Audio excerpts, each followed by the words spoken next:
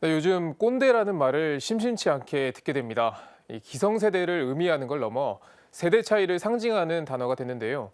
밀레니얼 세대에 대한 명쾌한 설명으로 스테디셀러가 된 책이 있죠. 90년생이 온다의 저자 임홍택 유스토 작가를 전은지 기자가 만나봤습니다. 내가 왕년애라는 말을 자주 사용한다. 나이가 들면 지혜로워진다는 말에 동의한다. 내 의견에 반대한 후배에게 화가 난다. 90년생이 온다에 실린 직장인 꼰대 체크리스트의 일부입니다.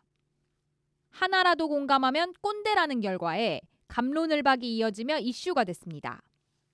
저자 이몽택 작가는 대기업에서 인재교육과 신세대 마케팅을 담당하며 밀레니얼 세대와 교류한 경험을 책에 담았습니다. 밀레니얼 세대는 1980년부터 2000년 사이에 태어난 이들을 말합니다. 임 작가는 90년생에 특히 주목했습니다. 90년생은 일과 삶의 균형인 워라밸을 중시하는 세대입니다. 이를 통해 정당한 성취와 보람을 얻어야 하고 일마저도 재밌어야 만족합니다. 하지만 90년생들의 이런 특성은 기성세대에게 이기심으로 비치면서 세대 갈등으로 이어지는 경우가 많습니다. 임 작가는 90년생들이 개인을 중시하게 된 건 불안해진 사회에 적응하기 위한 생존 방법이라고 말했습니다. 예전엔 성공 방정식으로 불렀던 약간 수학적인 게 있었어요. 대한민국은 지금도 남아있지만 뭐냐면 고등교육을 받아서 좋은 대학을 가고 그 좋은 대학을 기틀로 더 공부를 해서 좋은 직장을 갖고 그 다음에 성공을 짝짝짝 하는 약간 이런 걸 우리는 성공 방정식을 불렀는데 젊은 세대를 갈수록 지금에 있어서 보자면 그거는 약간 수학처럼 믿었지만 수학이 아니게 된 거예요. 누가 보면 그냥 신화처럼 된 거죠. 임 작가는 기성세대들에게 세상이 변한 것을 인식해야 한다고 말했습니다. 더 나아가 사회와 조직이 공정하다는 걸 증명해야 한다고 강조했습니다. 네가 양보해야지. 실패는 성공의 어머니 하면 꼰대가 되고요, 이젠. 근데 그거를 사람들이 눈에 보이게 해줘야 돼요. 예를 들면 반대 저 선배는 너무도 바쁜데 능력이 뛰어난 너무도 바쁘지만 그 와중에 후배를 챙겨줘. 이런 사람들이 계속 성장하고 이런 사람들이 잘 되고 보면 뭘 배우냐면 저 사람처럼 해야 되는구나.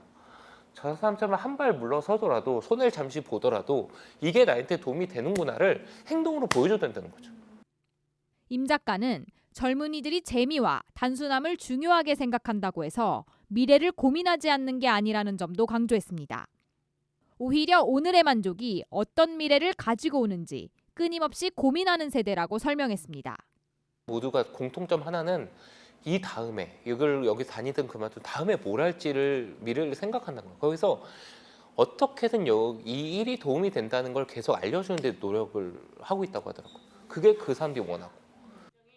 임 작가는 사회가 복잡해질수록 불필요한 소음을 피해 심적 위안을 찾는 젊은이들이 늘어날 것이라고 말했습니다.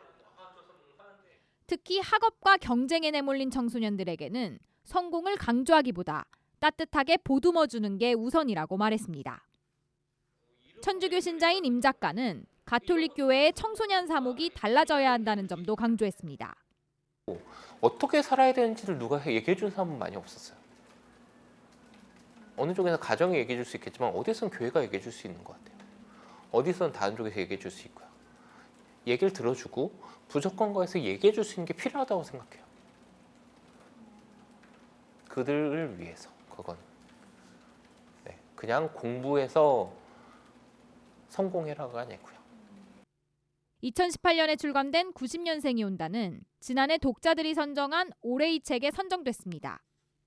또 문재인 대통령이 청와대 직원에게 선물한 책으로 화제가 되기도 했습니다. CPBC 전은지입니다.